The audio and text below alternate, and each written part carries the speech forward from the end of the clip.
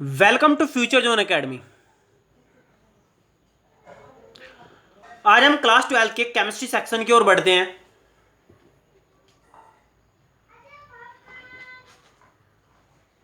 आज हमारा केमिस्ट्री में नया चैप्टर अर्थात नई यूनिट स्टार्ट होने जा रही है। केमिस्ट्री में हमारा जो चैप्टर है जो आज हम स्टार्ट करने जा रहे हैं उसका नाम है रासायनिक बलगतिकी। वेरी वेरी इंपॉर्टेंट चैप्टर है। मैं आपको बताऊं, इससे आसान चैप्टर इस किताब में नहीं है और ये आपका इजी चैप्टर भी है और छोटा चैप्टर भी है। बस थोड़ा सा क्या है, टिपिकल इसलिए मानते हैं इसको बच्चे कि इसका जो मतलब फॉर्मेट है वो गणित के रूप का है, यानी एक गणित की तरह हल होता है। ओके, तो आप लोगों से रिक्वेस्ट है कि आप लोग वीडियो को शुरू से लेकर लास्ट तक देखें और अगर आपको वीडियो अच्छी लगे तो आप वीडियो को लाइक भी करें और हमारे चैनल को सब्सक्राइब भी करें। और अगर आप हमारे स्पेशल बैच से जुड़ना चाहते हैं तो आप 8755084148 पर संपर्क कर सकते हैं। और इस स्पेशल बैच में आपको कैसे पढ़ाया जाएगा, इसके लिए आप लोग हमारे चैनल पर एक वीडियो पड़ी है जिसको जिसको नाम दिया गया है ऑनलाइन कैसे पढ़ें, आप उसे देख सकते हैं। आइए शुरू करते हैं चैप्टर को। चैप्टर की पहली हेडिंग है हमारी अभिक्रिया वेग के आधार पर। अभिक्रिया आप लोगों ने बहुत सारी पढ़ी होंगी, अभिक्रिया के प्रकार भी पढ़ा होगा। अभिक्रिया कई प्रकार की होती हैं, जैसे योगात्मक अभिक्रिया, संयोजन अभिक्रिया, ऐसे बहुत सारी अभिक्रिया आप लोगों ने पढ़ी हैं। रासायनिक बलगति, इस यूनिट में हम सिर्फ किस चीज पर ध्यान देंगे, इस यूनिट में हम सिर्फ और सिर्फ बलगतिकी अर्थात गति अर्थात वेग यानी अभिक्रिया के वेग से संबंधित तथ्यों पर चर्चा करेंगे। जितनी भी अभिक्रियाएं होंगी उनके वेग, कैसे कैसे प्रकार की अभिक्रियाएं होती हैं, उन पर हम क्या करेंगे, चर्चा करेंगे। आइए शुरू देखते हैं। यहाँ पर अभिक्रिया वेग के आधार पर कितने प्रकार की होती है, 3 प्रकार की होती है। जब भी आप अभिक्रिया को देखेंगे तो अभिक्रिया 3 प्रकार से घटित हो सकती है। एक तो आपकी तात्कालिक या अति तीव्र जो आपकी बहुत स्पीड से होती है, एक आपकी मंद जो आपकी सामान्य से होती है, एक आपकी अति मंद जो आपकी कई वर्षों कई साल कई दिनों तक ले लेती हैं। तो आप लोग एक एक करके तीनों को देखते हैं। तो आइए सबसे शुरू में हम देखते हैं तत्कालिक या अति तीव्र। तत्कालिक या अति तीव्र, ये वे अभिक्रियाएं होती हैं जिनके घटित होने में बहुत कम समय लगता है। मतलब इनका जो टाइमिंग होती है, मतलब इनका जो समय होता है वो इतना कम होता है कि आप लोग सोच भी नहीं सकते। पलक झपकते ही अभिक्रिया आपकी कंप्लीट हो जाती है। और इन अभिक्रियाओं के एग्जाम्पल ज्यादातर है ना अति तीव्र सक्रिय धातुओं के साथ वाले होते हैं। जैसे कि एग्जाम्पल मैं ले लेता हूं, आप लोग सोडियम लीजिए और सोडियम को जैसे ही आप पानी में डालेंगे तो आप लोग देखेंगे कि तुरंत आग लग जाएगी। तो ये आपकी अभिक्रिया सोडियम की जल के साथ अभिक्रिया होगी तो आपका क्या बनेगा, सोडियम हाइड्रोक्साइड बन जाएगा। और दूसरा इसका एग्जांपल आप लिख सकते हैं, सोडियम क्लोराइड लीजिए आप लोग NaCl और इसकी आप अभिक्रिया करा दीजिए किसके साथ, AgNO3 के साथ। तो जो आपका बनेगा वो बनेगा NaNO3 और प्लस आपका बनेगा क्या, AgCl। ये आपकी अभिक्रिया भी बहुत फास्ट होती है क्योंकि आप लोग यहाँ पर ध्यान दीजिए, यहाँ पर आपका सोडियम है और सोडियम आपका बहुत सक्रिय तत्व होता है, बहुत क्रियाशील तत्व होता है। तो तुरंत अभिक्रिया कर लेगा, यानी अभिक्रिया कंप्लीट होने में जो आपका समय लगेगा वो बहुत ही कम होगा। आइए नेक्स्ट पॉइंट देखते हैं, मंद अभिक्रिया। ये अभिक्रिया आपकी सामान्य अभिक्रिया होती है। ज्यादा अगर हम इसी चैप्टर में इन्हीं के बारे में बात करते हैं तो सामान्य अभिक्रिया आपकी कैसी होती है, जैसे कि आपकी अभिक्रिया जो आपकी 10 मिनट 15 मिनट 1 घंटा या एक दिन में अंदर अंदर हो जाए तो उन अभिक्रियाओं को हम क्या बोलते हैं, सामान्य अभिक्रिया बोलते हैं। इसके बहुत सारे एग्जाम्पल हैं, जैसे कि आप एक एग्जाम्पल ले सकते हैं एसिटिक अम्ल यानी CH3COH, ये आपका एसिटिक अम्ल है। और एक आपका CH3CH2OH एथिल अल्कोहल है। जब आप इनके अभिक्रिया करेंगे तो अभिक्रिया करने के बाद आपका क्या बनेगा, एस्टर बन जाएगा। ये बन गया आपका एस्टर और आपका प्लस क्या बनेगा, जल। तो ये आपकी अभिक्रिया सामान्य अभिक्रिया है, इसमें ना तो ज्यादा टाइम लगेगा और ना ही ज्यादा कम टाइम लगेगा, तो आपकी नॉर्मल तरीके से अभिक्रिया पूरी हो जाएगी। आइए नेक्स्ट हेडिंग देखते हैं, अति मंद अभिक्रिया। अति मंद अभिक्रिया, ये वे अभिक्रियाएं होती है जिन्हें घटित होने में कई कई वर्ष लग जाते हैं, कई महीने लग जाते हैं, कई दिन लग जाते हैं।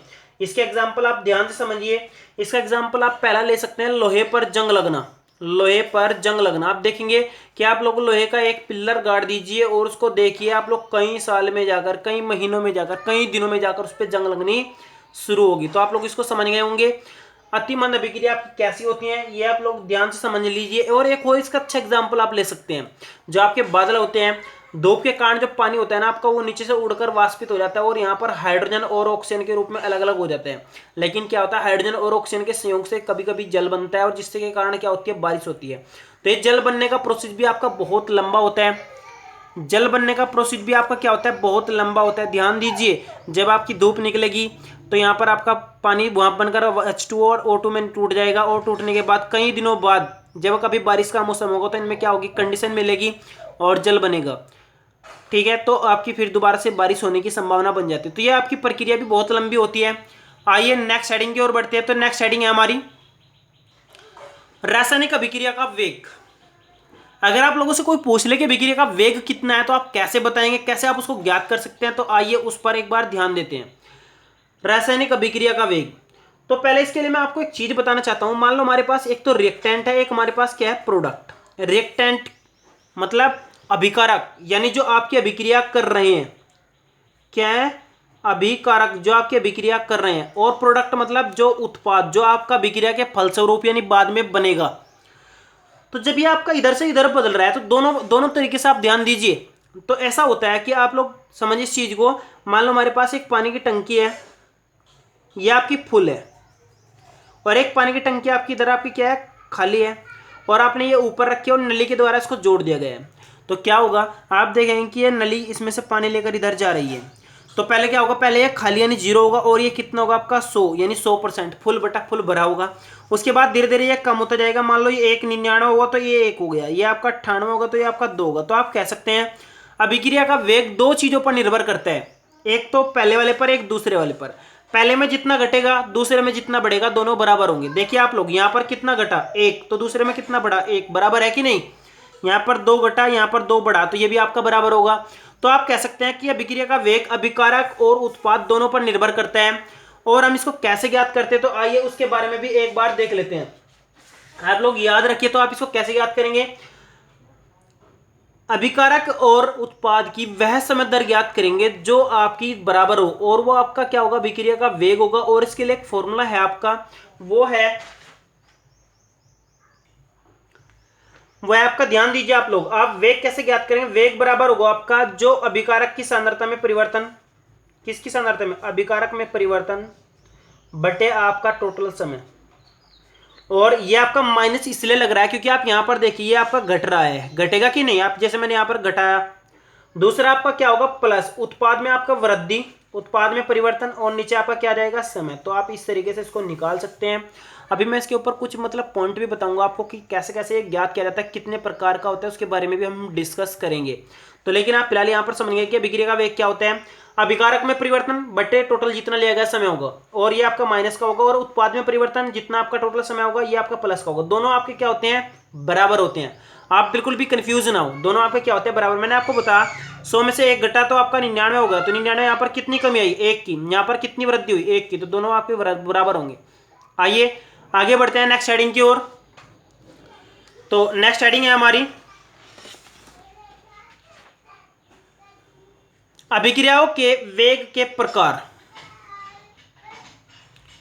अभिक्रियाओं के वेग के प्रकार, अभिक्रिया का वेग कितने प्रकार का हो सकता है, आप उसको कैसे कैसे ज्ञात कर सकते हैं, आइए उसके बारे में भी एक बार चर्चा कर लेते हैं।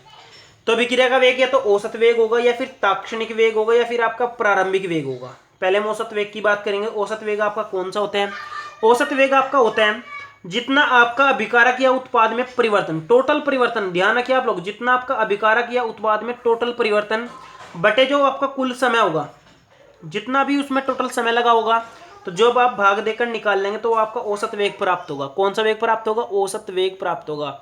इसी प्रकार आप दूसरा कैसे कह सकते हैं, जितना आपका उत्पाद में परिवर्तन होगा बटे, यहां पर आप उत्पाद में परिवर्तन बटे आपका कुल समय आ जाएगा। तो आप इससे भी जो निकालेंगे वो भी आपका क्या प्राप्त होगा, औसत वेग प्राप्त होगा। औसत वेग को आप ऐसे कहिए कि जितना परिवर्तन बटे जितना आपने समय लिया वो आपका क्या होगा, औसत वेग होगा। आइए नेक्स्ट हेडिंग देखते हैं, तत्कालिक तात्क्षणिक वेग। तात्क्षणिक वेग क्या होता है, किसी निश्चित अक्षर पर मापा गया वेग, यानी किसी निश्चित अक्षर पर मापा गया वेग। अब ये क्या होता है आपको मैं पहले बताता हूं। ये आपका डी आर बटे डी टी होता है माइनस में, या फिर आपका क्या होता है डी पी बटे डी टी होता है प्लस में। यहाँ पर आर मतलब वही रिएक्टेंट अभिकारक, ये आपका डी यहाँ पर, क्योंकि यहाँ पर डी अवकलन लगाया गया। अवकलन आपका तब होता है जब आप किसी भी अक्षणिक यानी बहुत कम समय पर ज्ञात किया रहता है। तो ये आपका डी आर बटे डी टी के बराबर होता है, या फिर टी पी बटे डी टी होता है। मैंने अब ये बताया आपको ये माइनस क्यों लग रहा है, क्योंकि आपका घट रहा है, ये आपका अभिकारक क्या हो रहा है, घट रहे हैं। प्रोडक्ट मतलब उत्पाद आपका बढ़ रहा है, तो इसलिए यहाँ पर क्या लगाया गया, प्लस लगाया गया। और इसको छोटे आर से प्रदर्शित करते हैं, रेट मतलब दर से प्रदर्शित करते हैं। आइए आगे बढ़ते हैं। प्रारंभिक वेग, अगर आप प्रारंभिक वेग प्राप्त करना चाहते हैं तो प्रारंभिक वेग प्राप्त करने के लिए आप लोग प्रारंभ में जाएंगे। कहाँ जाते हैं, प्रारंभ में। प्रारंभ कब जाएगा, जब t बराबर 0 होगा। जैसे कि मैं एक एग्जांपल अभी बता रहा था कि मान लो हमारे पास एक टंकी थी पानी की, ये फुल थी और हमने क्या करा, एक टंकी खाली ले लिया है, हमने क्या करा, पाइप से इसको जोड़ दिया है। जैसे ही आप अभी देख रहे हैं, अभी हमने पाइप ऑन नहीं किया, यहाँ पर मान लो हमने क्या नाम पाइप ऑन नहीं किया, तो जब हम देखेंगे तो t बराबर 0 होगा।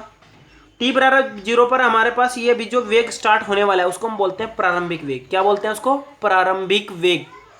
सामान्यतः प्रारंभिक वेग शून्य होता है। कितना होता है, शून्य। जैसे आप इसको खोलेंगे तो उसके बाद वेग बढ़ना स्टार्ट होता है। तो ध्यान रखिए, प्रारंभिक वेग के लिए आप क्या करेंगे, t बराबर 0 रखकर समीकरण से वेग ज्ञात कर लेंगे। ओके, अगर आप हमारी वीडियो को देखकर बहुत अच्छा महसूस करते हैं तो आप लोग हमारी वीडियो को लाइक करें और हमारे चैनल को सब्सक्राइब करें, और जितना हो सके हमारी वीडियो को शेयर करें ताकि और बच्चों का भी फायदा हो सके।